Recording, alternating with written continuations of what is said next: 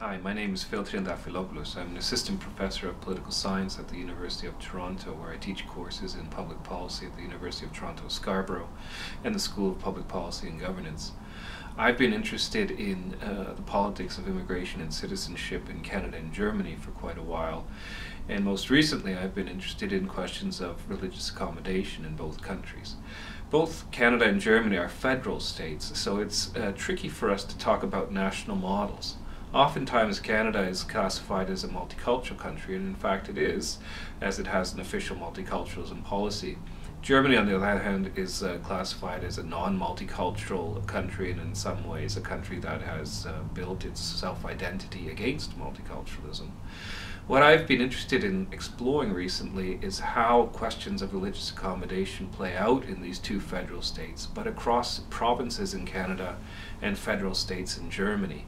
And what I found is quite surprising in some cases. Whereas some provinces in Canada do have policies for accommodating new religious groups, requests for publicly funded assistance, Ontario, the province with the most immigrants and the most dense immigrant concentrations, does not, even though it does offer full public subsidy for Catholic students. None of those subsidies, nothing like that is available for students of other religions.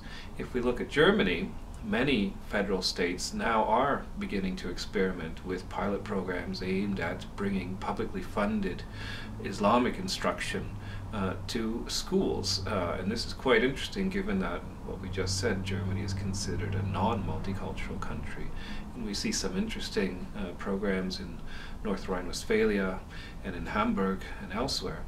And so what my research is trying to do right now is take an inventory of policies across both countries, looking at all of their subunits, federal subunits, and then trying to make sense of what accounts for variation both inside of Canada and inside of Germany across their federal subunits, and trying to see whether we can still speak at all of national models when comparing the two countries, or whether we should come up with a new analytical framework and set of arguments and concepts for explaining the propensity of sub-state units either to accommodate demands for publicly funded religious education or not.